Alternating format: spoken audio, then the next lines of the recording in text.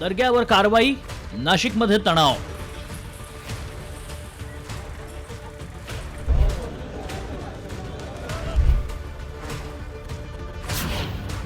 दर्ग्याच्या जागेवर मंदिर उभारणार?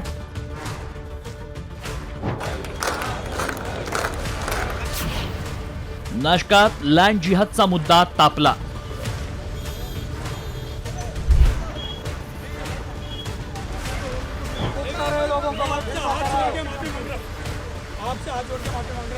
अनधिकृत थडग हटवलं नाही तर त्याच्या समोर मूर्ती प्राण प्रतिष्ठा करण्याचा आमचा जो निर्णय आहे त्या निर्णयावर आम्ही ठाम आहोत. राज्यात पुन्हा एकदा लँड जिहादचा मुद्दा ऐरणीवर आलाय.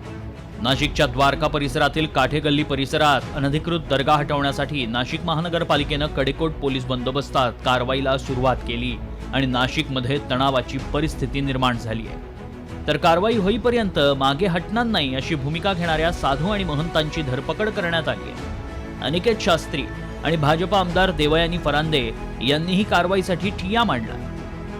लँड जिहादच्या घटना घडत आहेत आणि त्या जागेवरती हिंदुत्ववादी संघटना ज्या जागेवरती अशी अतिक्रमणं झालेली आहेत ती अतिक्रमणं काढून घ्यावी अशा पद्धतीच्या कायद्याच्या चौकटीमध्ये बसणाऱ्या सूचना आम्ही प्रशासनाला दिल्या आणि नाशिक प्रशासनाने आज या ठिकाणी आम्हाला सहकार्याची भूमिका घेते. आम्हाला नीट सांगत नाहीये ते म्हणतायत की पूर्ण काढणार आहोत आणि काही बाबतीमध्ये असंही म्हणतायत की ती मजार ठेवणार आहेत. पण ती मजार वक्फ बोर्डच्या कुठल्या अधिकाराच्या मध्ये ठेवणार आहेत?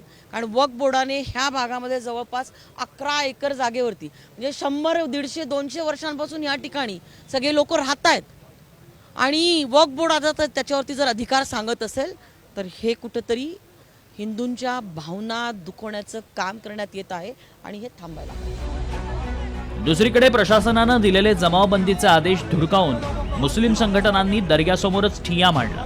त्यामुळे वातावरण चांगलंच तापलंय. मात्र हे अनधिकृत दर्ग्याचं प्रकरण काय आहे पाहूया. नाशिकच्या काठेगल्लीत 25 वर्षांपूर्वी दर्ग्याची उभारणी करण्यात आली. दर्गा अनधिकृत असल्याचा हिंदुत्ववादी संघटनांचा आरोप आहे. दर्गा हटवण्याबाबत हिंदुत्ववादी संघटनांचा आंदोलनाचा इशारा. दर्ग्यावर कारवाई न झाल्यास दर्ग्यासमोर मूर्ती प्रतिष्ठापना करण्याची घोषणा.